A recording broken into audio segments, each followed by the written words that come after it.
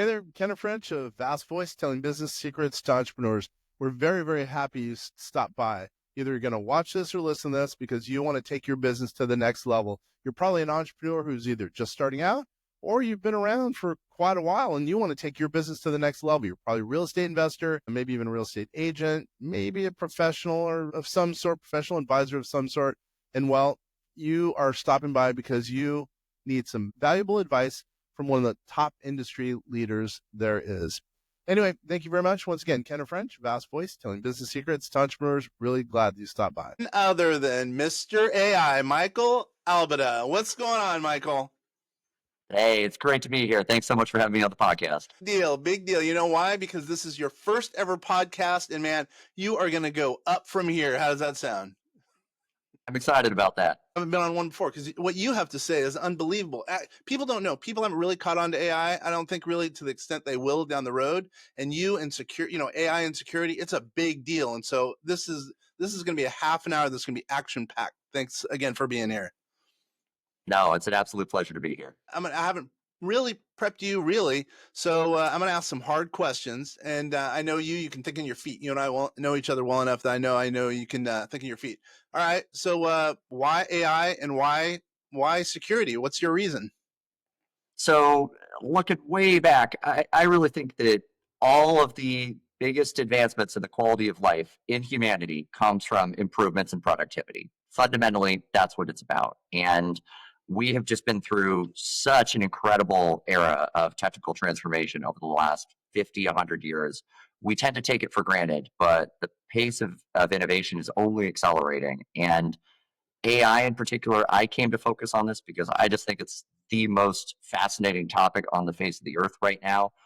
There's absolutely brilliant people working in it. And I've been convinced that this is an area that's really going to bring about significant improvements to our quality of life for a very long time. And I think we've had an incredible moment with the arrival of ChatGPT that really made AI personal for people and helped people really see we can do something very different than ever before. This is somehow more natural, more intuitive, and more personal. And I think that is going to unlock a significant number of new opportunities across a wide variety of industries. So I really think this is coming to change all of our lives. And it's a very exciting moment, but it's also one that comes with a significant amount of responsibility. We need to make sure that we are designing and building these systems in a way that's really responsible and is going to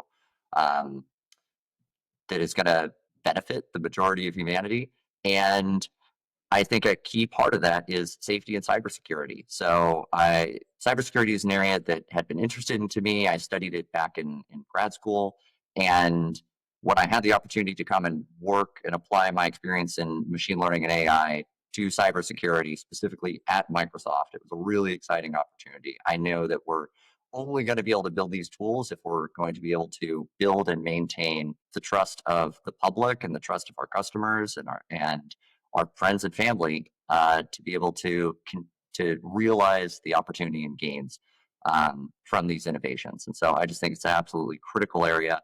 And like all innovations and all tools, these are dual use technologies. They can be used for good or they can potentially be used for ill. And I think cybersecurity will enable bad actors to accelerate their attack vectors. And we need really smart people working to apply these cutting edge technologies to help protect us against those types of cyber attacks so that we can continue to thrive and prosper and benefit. No doubt you're at the cutting edge and you've been around since before. Obviously about a year ago is when AI got big with ChatGPT and now with Claude, with Gemini, et cetera, et cetera. But so I feel comfortable talking to you about this stuff because you're not just one of the guys who've gotten into AI in the last year. You studied it in school. I mean, you've been around, So let's get to that. Let's get to your background a little bit because I think it's pretty unique and it shows that you're not just a 1-year guru in AI. Hence the reason I call you Mr. AI. But tell us your background. It gives you some credibility. Seems like there was just a drop in the connection. I missed your question. Could you repeat it for me? We'll cut that out. So, your background indicates that you're not just you haven't been in AI just for a year. Like there's so many gurus who are saying, "Oh, I'm a guru. I know AI." They train people on AI. You've been around. You studied it. Number one. Number two. You've been into it a lot longer than the latest craze, which is the last year, I'd say, with Chat GPT and then Gemini and Claude. So why don't you go into your background a little bit, because I think it provides a good foundation for some of the stuff we're going to be talking about, because you are truly one of the known entities as it relates to AI and cybersecurity. Yeah, happy to. So I'm fortunate enough to have discovered computer science and statistics all the way back in high school. Fortunate to have Wow. incredible teachers all the way back there. And I then went to Stanford and continued to study computer science and statistics. I went off on a separate trajectory for a while. I was passionate about trying to make the world a better place, and I went and taught in Philadelphia. I did Teach for America for 2 years and taught math in North Philadelphia, and realized we really need to do more to increase opportunities in this country. The gaps between the quality of education we provide in our best and our worst high schools is just, from my perspective, unconscionable. Mm-hmm. And went off and I did a master's in public policy. Certainly took the more technical route, so still additional statistics and programming, geospatial informatics. Came back and worked as a quantitative analyst at Stanford Research Institute for a year. But I really wanted to use these advanced tools to make the world a better place. But what I found was, working in policy, the work I did, very sophisticated statistics with really brilliant people, went and sat on shelves. And that was just not something that I was happy with. And I wanted to build tools that actually get used and deployed in the real world. And so I decided to go back and do a data science immersive, and really deeply enjoyed it. And so I also decided to go back and get a second master's in computer science from Georgia Tech. Worked in startups. The startup I worked at was acquired by Uber. I spent 4 years there working on maps, specifically around destination prediction. I helped train and deploy the first deep learning model for ETA prediction. And then eventually, with the COVID surge, I moved over to join Uber Eats on their recommendation system. So very, very large scale machine learning and deep learning models on geospatial data. After that, I went to ServiceNow and spent a year on training language models for natural language understanding and task automation. And from there, went to join Microsoft. So I've really been in the machine learning, deep learning space for coming up on a decade now, across a pretty wide range of different sort of subdomains within machine learning, but quite a bit of work in natural language processing. So I've been privy to the innovations that have been happening in this space, and it's really hard to even explain the degree of breakthroughs that we have seen. Where natural language processing was in 2014 versus 2018 versus even 2021 to today. It's surprising even to experts within the field. And so much of this has come from innovations in scale. Some of it is pure engineering competence, but a lot of it is just really tireless hard work and innovation from incredible engineers at both large and small research labs that have continued to move the needle. And I've seen tremendous opportunity to use these tools to accelerate the work that we do and generate benefits for so many users and consumers and citizens. But there's so much potential that still has yet to be unlocked. And even there's so much opportunity and value to be gained from the state of the technology as it is today. But it's certainly is hard for individuals and hard for business owners to catch up with the state that it is at any given time. And things are moving so quickly. that it's exciting, but it's also a lot to keep on top of for anyone. Part of the problem there, it's hard for a small business owner because from one week to the next there's going to be something new, it seems like. But I think that's part of our job as business owners to be able to pivot. But obviously you do have the background, there's no doubt about that. You are the right guy in the right seat there over at Microsoft, the group you're running. So let's talk about some of the downsides, because obviously you combine AI with cybersecurity. So why cybersecurity? Because I think some of our listeners and viewers are going to be interested in that, because I think there's some huge downside as far as cybersecurity risks to small business owners. So tell us about some of the risks and the risks that you're trying to make sure keep off the shoulders of, I guess, Microsoft and also of small business owners. Absolutely. So cybersecurity, start with just some numbers that are a little concerning, but cybersecurity, at this point, if you add up all of the cyber attacks, to the best of our knowledge, it measures slightly larger than the GDP of India. You mean And in dollar is value? in dollar value, Oh, and that's is huge. growing Oh, about 15%, which is larger than or faster than any GDP in the G20. So the scale of this problem is staggering. And so every single company needs to be aware of this and needs to put the right measures in place. And we also understand that security is one of so many different priorities that every business has to think about. And we're primarily focused on our products and value and customer service and marketing. There's all these things, and cyber and IT is really related, but it's a separate issue unto itself. Cybersecurity all too often gets short shrift, and it can then really come back and bite us. And I think especially with the pandemic, we saw this big push towards digital. So there's just a long running secular trend towards greater digitization. And the pandemic forced a whole bunch of companies to go fully remote much faster than they were planning on doing. And not all companies were ready for that digital transition. And it exposed quite a few companies who left cybersecurity vulnerabilities and backdoors. And unfortunately, cyber criminals took advantage of that. And we did see a significant increase in cybercrime during that time. And it's no surprise that on the heels of that, we saw this big surge in cybersecurity spending. And if you look across the public markets, we saw significant increase in investment and several big cybersecurity companies come to market. And then we've also seen a bit of a drop, especially with rise in interest rates. Some of those companies have taken really significant haircuts. And part of it is that CTOs were realizing that they were cutting budgets across nearly every single sector because capital is more expensive these days. But cybersecurity was the one area where they're continuing to increase their spend. But unfortunately, cybersecurity is one of these areas where even though we see the spend go up year over year, we're not delivering the type of value and protection that we want to see. It's a little bit like American healthcare. High spending that is going up, but we're not necessarily getting the types of benefits that we should for the amount of money that we're spending in this country.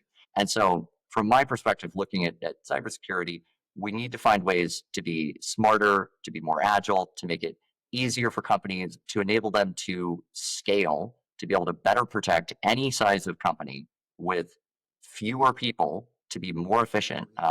Should also share that we're, according to the latest estimates, about 1 million cybersecurity analysts short within the United States alone. It is hard to find these people.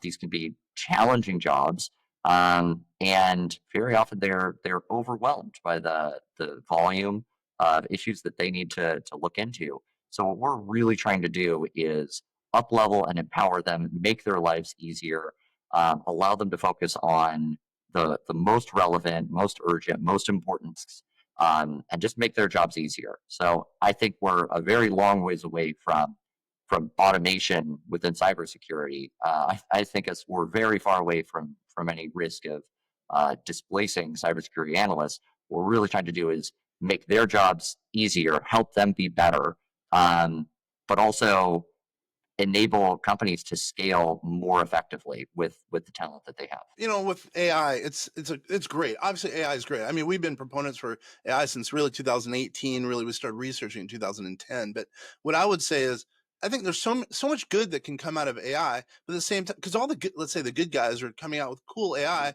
but that also means the bad guys are coming out with cool AI. You know what I mean? Meaning those are the ones who are trying to get into your, the firewalls or whatever the case is, and that's frightening, especially from a small business owner. That being said, to me, a little scary about spending money on cybersecurity, because to me it's almost like a tax. You really don't know if you're going to get hit or not, but then again, well, if you don't spend it and you get hit, you're in real trouble, right? But what can I do as a small business owner? I'm going to remind you, Michael, or Mr. AI, most of our people are small business owners, solopreneurs who are going to be listening to this. I mean, what do they do? It's like a tax. It's like an expensive tax, and they don't even think they're going to get hit, which they might get hit. But what do you say, small business owner who's worried about spending that tax? I would say the way to think about it is more as insurance, right? You of course, you are probably not going to be the person who's going to have a fire, and your house is probably not going to burn down. But in case it were to, you want to make sure that you don't lose everything and that you can get back on your feet.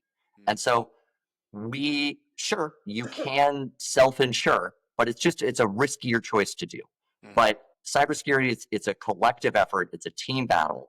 If we all pay into the insurance bucket a small, reasonable amount, it helps protect not only us, but it helps protect everyone else. It allows you to be able to better harden your systems and recover. And to extend this, risk of fire metaphor, there's also a bunch of things you can do to harden your home, right? There's creating defensible space. There's fire resistant roofing materials that you can use, potentially switching out natural gas for electric. Little things like that can lower your insurance rate, for instance. And a lot of the really simple things don't cost very much. So just basic monitoring and logging, basic firewalls, just making sure that the servers that you're running and the devices that you allow onto your network are, if not the absolute latest, reasonably fresh, that they have taken the necessary precautions to protect against the well-known vulnerabilities, enabling things like multi-factor authorization, multi-factor authentication. These small things are not expensive, and just a little bit of investment in this and just doing the basics will take you a long way. And more than anything, I would say, don't think about it as that thing I don't want to have to worry about and don't want to get to. It's just a little bit of work to get things set up, and it can really deliver value in the long term. And you don't want to leave the back door open and really come to regret it. It's just not that hard to take those basic precautions, and you'll be glad you did. And if your business is worth investing your time and effort and care into it, it's also worth the effort to protect it and secure it. So you mentioned MFA, multi-factor authorization. I think that's value. That's a concrete example of something a small business owner could do. I'm going to hold your feet to the fire. What's another thing that you think a small business owner, let's say a solopreneur or a real estate agent, should do to make sure that they're kind of making sure that they're safe, quote safe, away from AI attacks or any type of cybersecurity attack or cyber attack? So it really depends on the size and scale of the business. Some of the basic ones, just making sure your email is secure. You'd be surprised by this, but just I'm sure most of your listeners are familiar with phishing and spear phishing attacks, but just a significant amount of losses every year comes specifically from that. So just making sure that your teams are actually up to speed and trained on that and know what to look for is one significant thing. Hold on. When you say know what to look for, Yeah. sorry, I'm going to be naive, but I am naive. What do you mean? Give an example, because I think everyone knows there's phishing, but I don't think, obviously, people are getting stuck by phishing or getting caught by phishing. So there must be something that's there that people aren't seeing. So give me an example of a phishing expedition, and how do we make sure we don't get caught by that phishing expedition? So phishing expeditions are getting much more sophisticated these days, and generative AI is giving these attackers much better tools to do that. So Yep. phishing emails they're effectively fake emails that are designed to look real, that are designed to lure you or your employees into sharing information with them. Gotcha. And very often that could be personal information, that could be credentials, that could be bank or financial information. A very classic type of phishing attack is for threat actors that are able to, say, compromise a company email account. Maybe this happens, maybe you don't realize it. They can set up rules to forward your emails out to a separate address that they're able to monitor, and they're able to then send targeted spear phishing attacks to your employees, say to your billing department, that says that there's some some contractor that you have worked with previously with a new payment at a location, and that they might then start routing those funds out. That would be a very classic sort of financial loss type of cybersecurity attack. Mm-hmm. That's good. That's really good. So what's another example? I like the phishing, I think, is a scary one. What's another example, a concrete example a small business owners should probably try to protect themselves against? Yeah, I mean, another classic one is as soon as you get to be a multi-employee, even a relatively small business, you probably have some web services, and you probably have some cloud applications. You probably have devices that you authorize onto your network. At that stage, I really recommend getting an extended detection and response software. Certainly my employer doesn't need any plug. There are plenty of competitors out there, but some extended detection and response so that you can get basic logging and monitoring across each of your servers, across each of your applications, and just start monitoring the traffic so that you can have your IT people, and potentially, if it's time to start hiring a full-time cybersecurity analyst, to keep an eye on that and help you detect and notice anomalies, help you. The software has gotten really sophisticated these days to be able to learn what your ordinary business patterns are and be able to detect when things seem fishy or seem anomalous, whether you start seeing logins from IP addresses or regions that you don't expect, if you start seeing new devices on the network that aren't associated, if you see implausible movements over time. For instance, if one of your employees happens to compromise their credentials in some way, maybe they use a simple password or reuse a password across say a personal account with their work account, and the personal account gets compromised, that credential gets used, and all of a sudden you see them, sign in Los Angeles one day and in Manila, an hour later. That's probably a bad sign. And so you want to be able to detect those types of things so that you can go in, lock down those accounts, roll the credentials. As far as other basics, just requiring secure passwords and requiring that your employees roll their credentials regularly. And especially, there's a lot of small business owners here. Make sure that you follow these protocols and procedures yourselves. This is something we see too often is the CEOs or the C-suite don't want to have to deal with the friction. They don't want to deal with multi-factor authentication.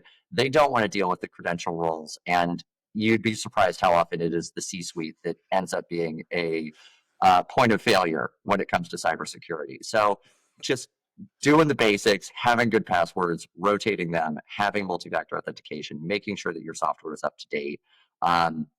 Just doing the basics will take you so far. And I know that we're stretched a million different directions these days, but it's an area we really need to pay more attention to, and it will more than pay for itself in its time. There's an executive at a cybersecurity company shouldn't use the same passwords for every single thing that he owns.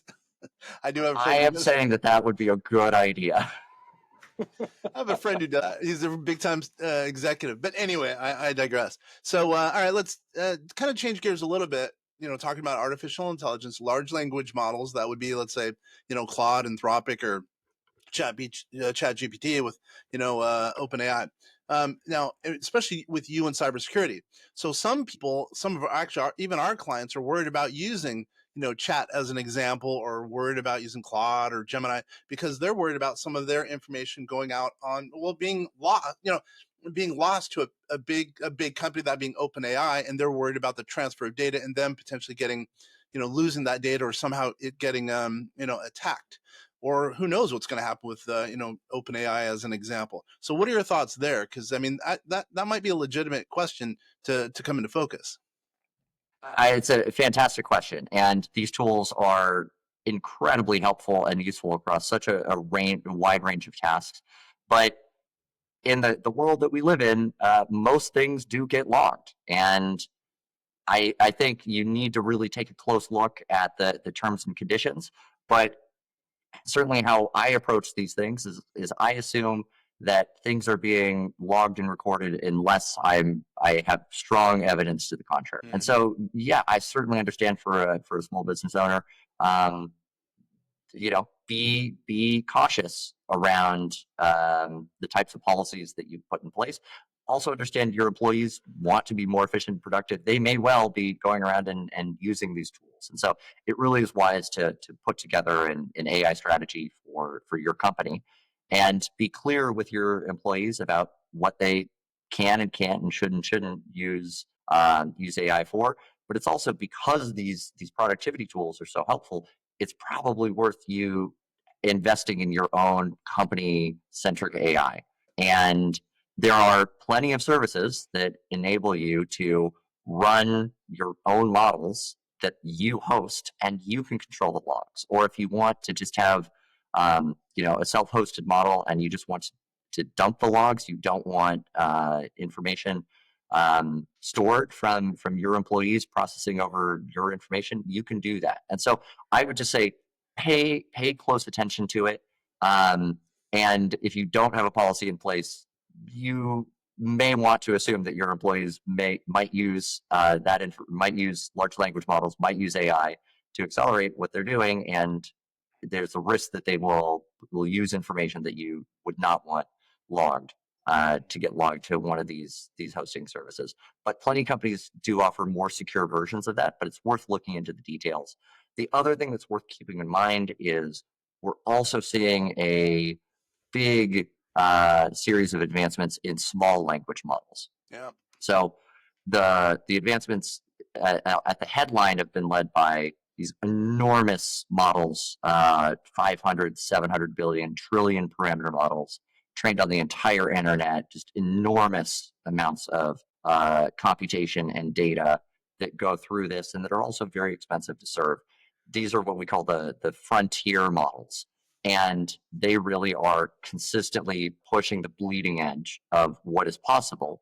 But let's be honest, most inferences do not require that. Mm-hmm. And what we're also seeing is incredible innovations in squeezing as much capacity from those big models into much smaller packages. Mm-hmm. And so models along the lines of Alpaca and Llama 3 and Phi 3 as well, which was recently released. These are incredibly capable models that are small enough that the smallest versions can be run locally on a laptop, potentially even on smartphones. And so there's a huge, and many of these are available open source on Hugging Face and other repositories. So for small business owners, you can also get very good performance for just the cost of the compute, which is very, very low. And so it's worth thinking about really how much performance you need. You can, of course, do things like add retrieval augmented generation. So if you have an enormous amount of company documentation or policies, or you have a particular style guide, or just your particular brand that you really want to match, you can adjust these models to better match that and to better leverage that information, and potentially even fine-tune models on your example data to really better match your use case. So I would just say it's really worth thinking about how AI can work for you and your business, how you can personalize it, how much you want to invest, what you want your cost per inference to be. But there's just so much value here, and so just really start thinking about it and what it can do for your business. I mean, people don't realize like theoretically, let's just say the cost of, large language models of doing computing right now, theoretically using AI, theoretically it's high, although it's not, but let's just say it is, right? It's not. I agree with you. But I think down the road, it's going to be so dirt cheap. And why wouldn't a business owner start to learn about it? One, start to learn about AI, and then because then you'll be smart, quote, smart. So then you'll be able to employ some of the resource, some of the small amount of resources that you'll need to be able to really push yourself ahead as a business owner and be able to compete going forward. I mean, by the way, again, I'm going to remind you, it's just like you say, it's pretty cheap. Why not start getting invested in some of those resources now? Because it'll pay off in the end. If you're, in my opinion, if you're not using artificial intelligence now or learning about it, you're going to get lost. You'll probably maybe lose your job to AI or lose your company to AI. So I would say, start doing it now. Start using your resources towards artificial intelligence, using a small language model, just like you're saying, because it's right now is the time. And if you don't, it might be too late. Yeah, I think that's right. I think some of the fears about job loss might get overstated at times, but it's not like we're not going to need lawyers anymore. But lawyers who use AI are probably going to outcompete lawyers that don't. Accountants that use AI are probably going to outcompete accountants that don't. It really can offer you a significant edge. And I think some of the most slam dunk use cases at this point are code generation or summarization, but also just drafting. I think customer service has a tremendous opportunity. But there's just so many places that can be used to improve your both an individual's productivity. And I think where we're really moving is company level models that enable your entire team to work more effectively together, that are going to be able to operate across your company processes, and really increase the productivity of your entire team. So I agree that the cost per value that you get from AI is already exceptional and is improving significantly. I think already with some of the improvements that we've seen ship across Gemini, across Claude, across OpenAI, not only have their earlier models been great, but the subsequent releases are both better and significantly cheaper on a per inference and a per token basis. And I think we can expect that to continue to fall. And so it really is the right time to start using these tools, figuring out what they can and cannot do, and continuing to think about what the future is going to look like. What happens if this model is 10 or 20% better? What happens if it's 100% better? And you want to make sure that you can unlock, and I know 100% seems like a lot, but we look back to where we were 5 or 10 years ago. On some of these tests, we're looking at 100x performance improvements, and there's no, the past doesn't necessarily predict the future, but the trajectory that we're on is really compelling. And I am not seeing the pace of innovation dropping. And I certainly am not seeing investment in this space dropping. So even additional incremental improvements are going to continue changing the game. The future is already here. And the question is, how do we best leverage the technology that is here and is arriving day by day to be able to help accelerate your business? And that's a perfect way to close this. I guess I should say, let's just say someone does want to get a hold of you. I know you have a lot of stuff going on. You're a big Microsoft guy. You're in charge of a big group. But let's just say someone does want to get a hold of you for whatever, maybe to book you for a big speaking gig or whatever the case is. How does someone get a hold of you? I should really increase my visibility, but at this point, the best place to find me is LinkedIn. I'm a power user of LinkedIn. I think it's a fantastic place. I know that doesn't make me very cool, but I know some brilliant people there, and it turns out they share fantastic work there. So for the time being, find me on LinkedIn. Maybe I'll have some more media and more links in the future. But I'm active. I respond. So would be very happy to hear from anyone. I'm happy to connect and discuss any of these topics. And that kind of, bigger, because I think down the road, like AI is still, it's still, some people don't really grasp it, but I know down the road, anyone in AI, especially at your level, you're going to be the man.